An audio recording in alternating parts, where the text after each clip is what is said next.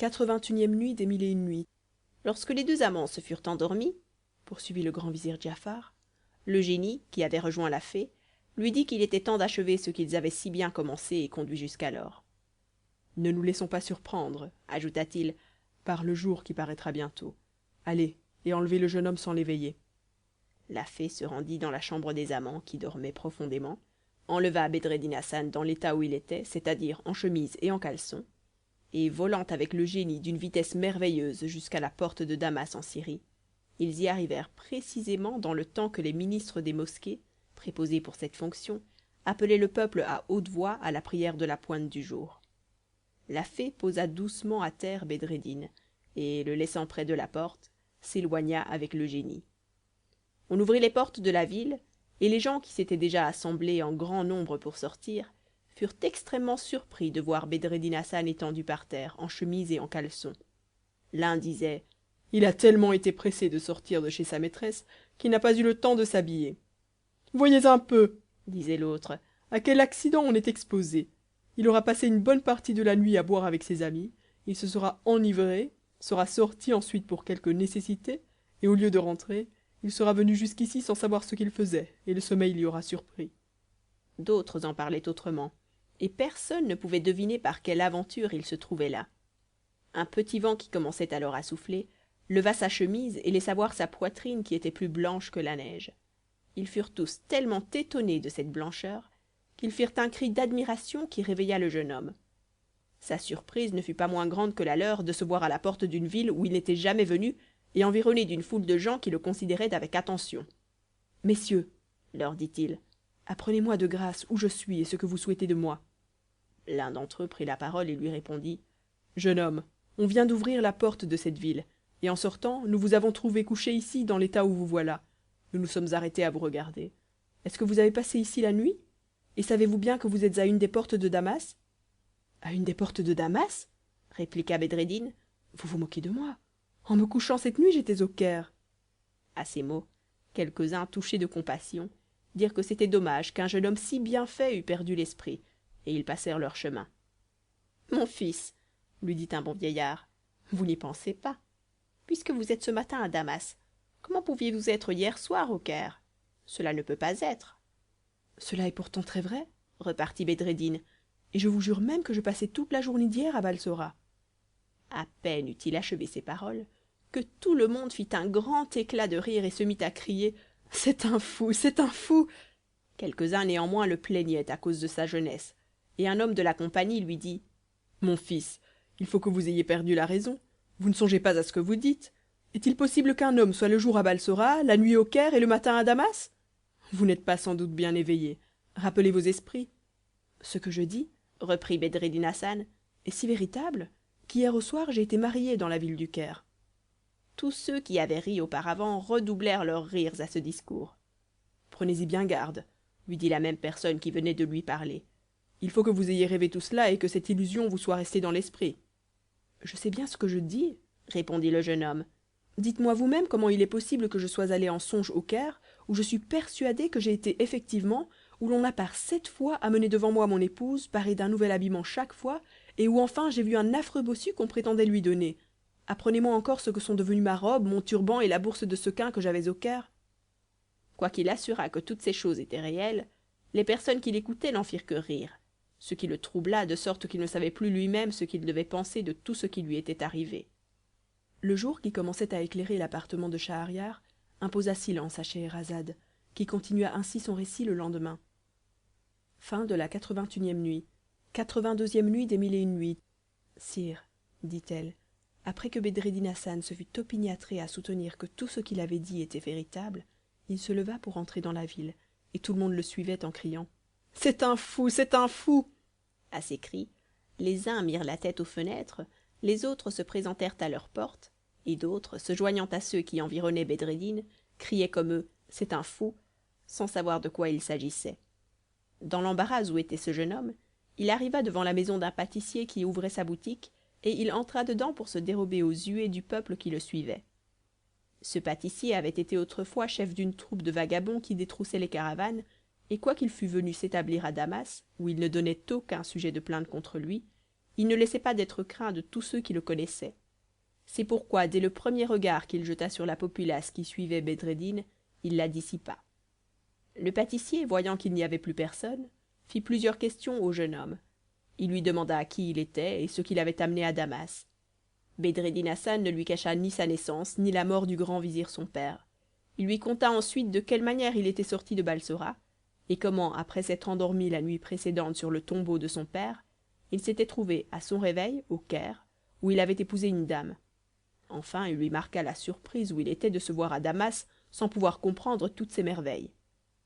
Votre histoire est des plus surprenantes, lui dit le pâtissier, mais si vous voulez suivre mon conseil, vous ne ferez confidence à personne de toutes les choses que vous venez de me dire, et vous attendrez patiemment que le ciel daigne finir les disgrâces dont il permet que vous soyez affligés.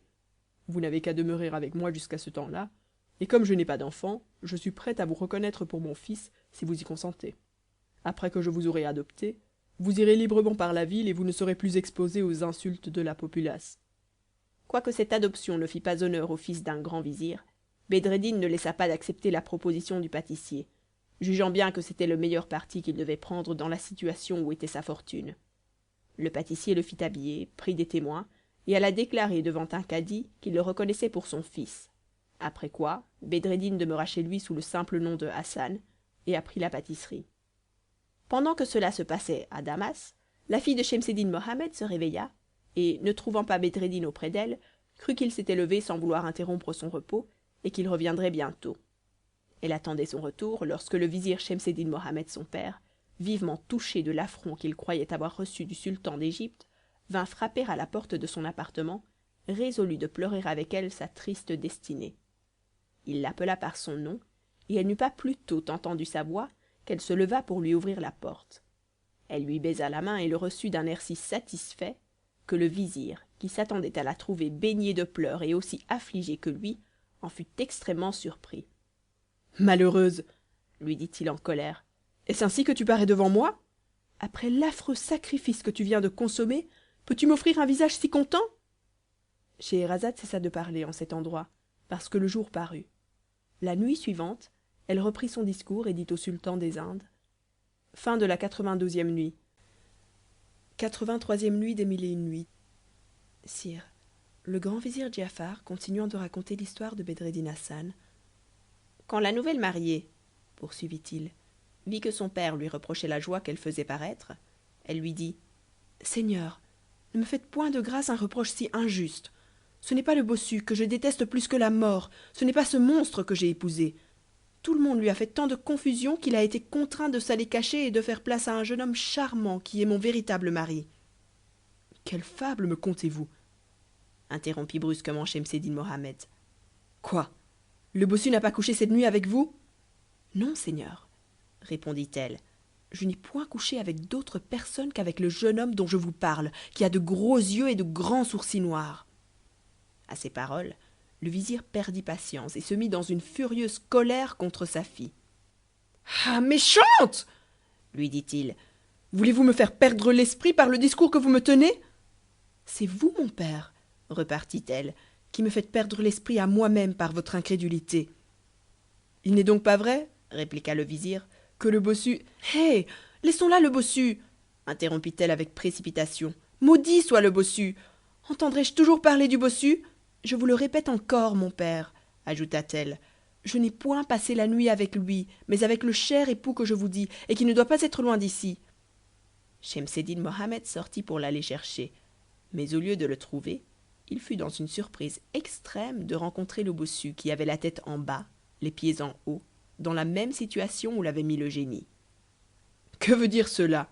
Lui dit-il. Qui vous a mis en cet état? Le bossu, reconnaissant le vizir, lui répondit: Ah ah, c'est donc vous qui vouliez me donner en mariage la maîtresse d'un buffle, l'amoureuse d'un vilain génie. Je ne serai pas votre dupe, et vous ne m'y attraperez pas. Scheherazade en était là lorsqu'elle aperçut la première lumière du jour.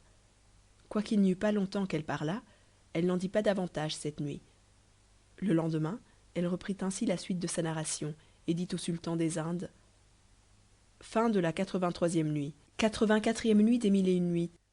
Sire, le grand vizir Giafar, poursuivant son histoire: Schemseddin Mohammed, continua-t-il, crut que le bossu extravaguait quand il l'entendit parler de cette sorte, et il lui dit: ôtez-vous de là, mettez-vous sur vos pieds. Je m'en garderai bien, repartit le bossu, à moins que le soleil ne soit levé. Sachez qu'étant venu ici hier au soir, il parut tout à coup devant moi un chat noir, qui devint insensiblement gros comme un buffle. Je n'ai pas oublié ce qu'il m'a dit. C'est pourquoi allez à vos affaires et me laissez ici. Le vizir, au lieu de se retirer, prit le bossu par les pieds et l'obligea de se relever. Cela étant fait, le bossu sortit en courant de toute sa force sans regarder derrière lui. Il se rendit au palais, se fit présenter au sultan d'égypte et le divertit fort en lui racontant le traitement que lui avait fait le génie. Schemseddin Mohammed retourna dans la chambre de sa fille, plus étonné et plus incertain qu'auparavant de ce qu'il voulait savoir. Eh bien, fille abusée, lui dit-il, ne pouvez-vous m'éclaircir davantage sur une aventure qui me rend interdit et confus? Seigneur, lui répondit-elle, je ne puis vous apprendre autre chose que ce que j'ai déjà eu l'honneur de vous dire. Mais voici, ajouta-t-elle, l'habillement de mon époux, qu'il a laissé sur cette chaise. Il vous donnera peut-être les éclaircissements que vous cherchez. En disant ces paroles, elle présenta le turban de Bedreddin au vizir, qui le prit, et qui, après l'avoir bien examiné de tous côtés: je le prendrais, dit-il, pour un turban de vizir s'il n'était à la mode de Moussoul. Mais s'apercevant qu'il y avait quelque chose de cousu entre l'étoffe et la doublure, il demanda des ciseaux, et ayant décousu, il trouva un papier plié. C'était le cahier que Noureddin Ali avait donné en mourant à Bedreddin son fils, qu'il avait caché en cet endroit pour mieux le conserver. Schemseddin Mohammed, ayant ouvert le cahier, reconnut le caractère de son frère Noureddin Ali et lut ce titre: pour mon fils Bedreddin Hassan. Avant qu'il pût faire ses réflexions, sa fille lui mit entre les mains la bourse qu'elle avait trouvée sous l'habit. Il l'ouvrit aussi, et elle était remplie de sequins, comme je l'ai déjà dit, car, malgré les largesses que Bedreddin Hassan avait faites, elle était toujours demeurée pleine par les soins du génie et de la fée. Il lut ces mots sur l'étiquette de la bourse: 1000 sequins appartenant au juif Isaac, et ceci au-dessous, que le juif avait écrit avant que de se séparer de Bedreddin Hassan: livrez à Bedreddin Hassan pour le chargement qu'il m'a vendu du premier des vaisseaux qui ont ci-devant appartenu à Noureddin Ali, son père, d'heureuse mémoire, lorsqu'il aura abordé en ce port. Il n'eut pas achevé cette lecture qu'il fit un grand cri et s'évanouit.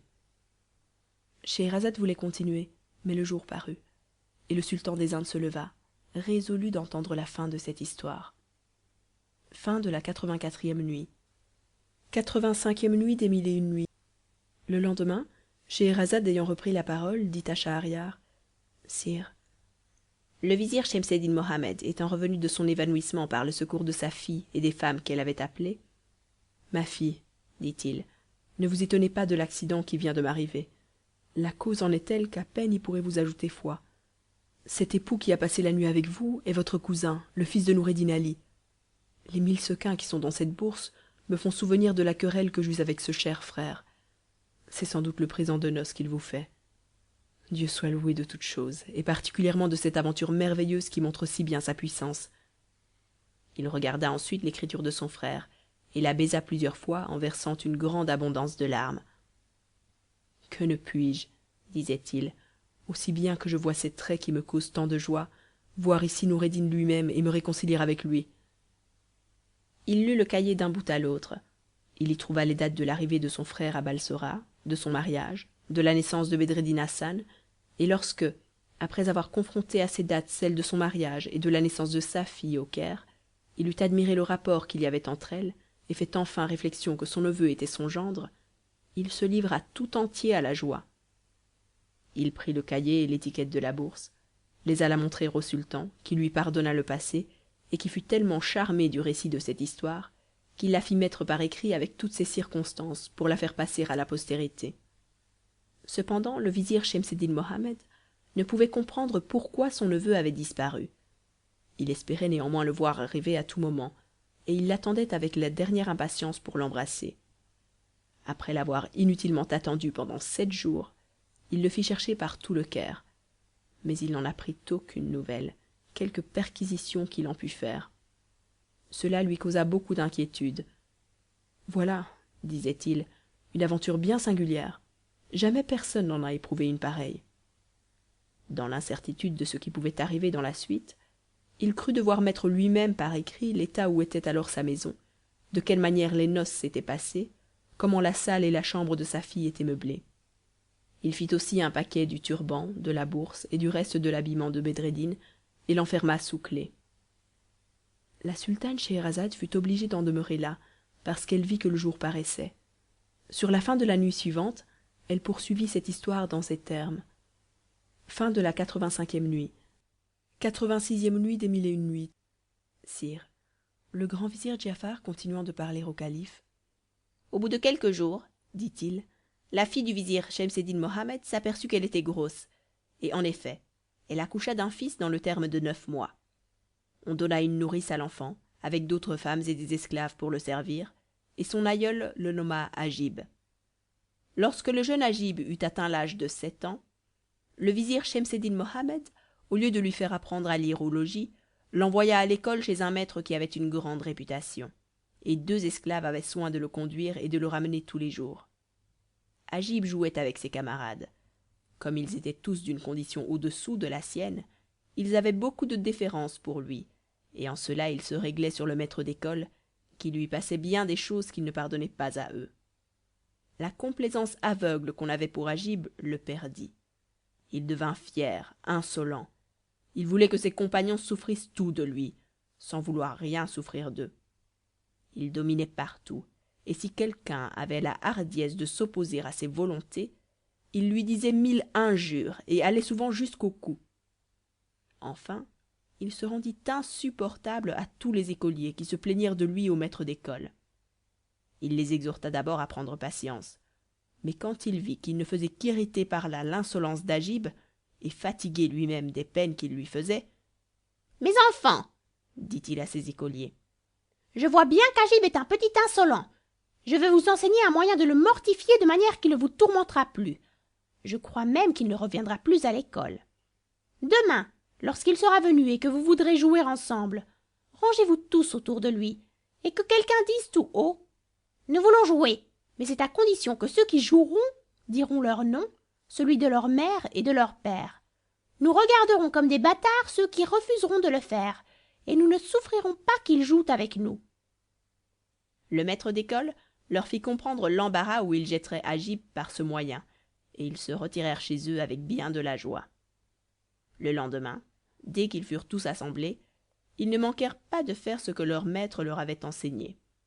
Ils environnèrent Agib, et l'un d'entre eux, prenant la parole, Jouons, dit-il, à un jeu, mais à condition que celui qui ne pourra pas dire son nom, le nom de sa mère et de son père, n'y jouera pas. Ils répondirent tous, et Agib lui-même, qu'ils y consentaient. Alors, celui qui avait parlé les interrogea l'un après l'autre, et ils satisfirent tous à la condition, excepté Agib, qui répondit: Je me nomme Agib, ma mère s'appelle Dame de Beauté, et mon père Schemseddin Mohammed, vizir du sultan. À ces mots, tous les enfants s'écrièrent: Agib, que dites-vous? Ce n'est point là le nom de votre père, c'est celui de votre grand-père.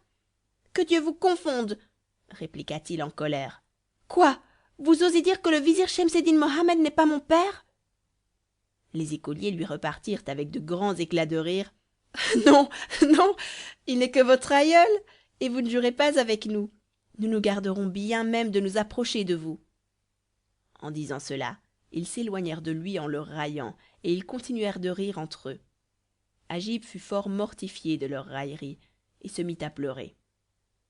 Le maître d'école, qui était aux écoutes, et qui avait tout entendu, entra sur ces entrefaites, et s'adressant à Agib: Agib, lui dit-il, ne savez-vous pas encore que le vizir Schemseddin Mohammed n'est pas votre père? Il est votre aïeul, père de votre mère Dame de Beauté. Nous ignorons comme vous le nom de votre père. Nous savons seulement que le sultan avait voulu marier votre mère avec un de ses palefreniers qui était bossu, mais qu'un génie coucha avec elle. Cela est fâcheux pour vous, et doit vous apprendre à traiter vos camarades avec moins de fierté que vous n'avez fait jusqu'à présent. Scheherazade, en cet endroit, remarquant qu'il était jour, mit fin à son discours.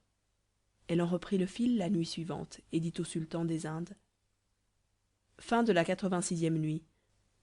87e nuit des mille et une nuits. Sire, le petit Agib, piqué des plaisanteries de ses compagnons, sortit brusquement de l'école et retourna au logis en pleurant.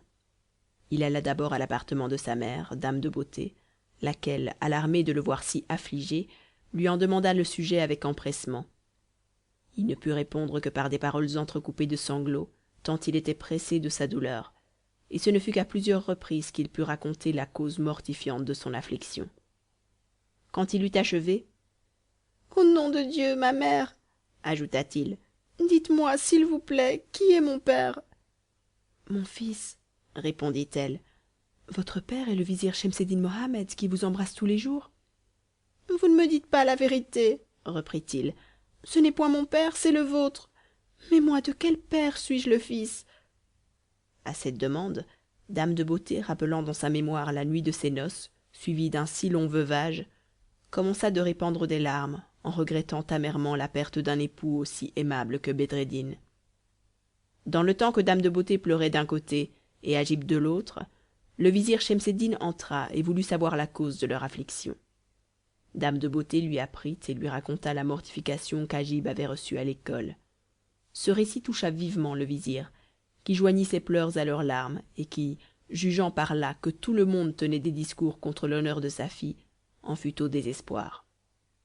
Frappé de cette cruelle pensée, il alla au palais du sultan, et après s'être prosterné à ses pieds, il le supplia, très humblement, de lui accorder la permission de faire un voyage dans les provinces du Levant, et particulièrement à Balsora, pour aller chercher son neveu Bedreddin Hassan, disant qu'il ne pouvait souffrir qu'on pensât dans la ville qu'un génie eût couché avec sa fille dame de beauté.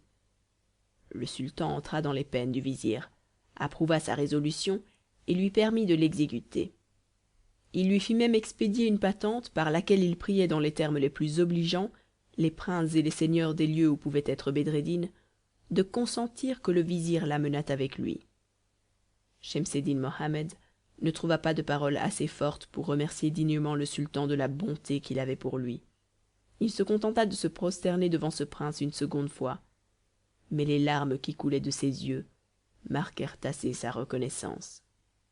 Enfin, il prit congé du sultan, après lui avoir souhaité toutes sortes de prospérités. Lorsqu'il fut de retour au logis, il ne songea qu'à disposer toutes choses pour son départ. Les préparatifs en furent faits avec tant de diligence qu'au bout de 4 jours, il partit accompagné de sa fille dame de beauté et d'Agib son petit-fils. Scheherazade, s'apercevant que le jour commençait à paraître, cessa de parler en cet endroit. Le sultan des Indes se leva fort satisfait du récit de la sultane et résolut d'entendre la suite de cette histoire. Scheherazade contenta sa curiosité la nuit suivante et reprit la parole dans ces termes.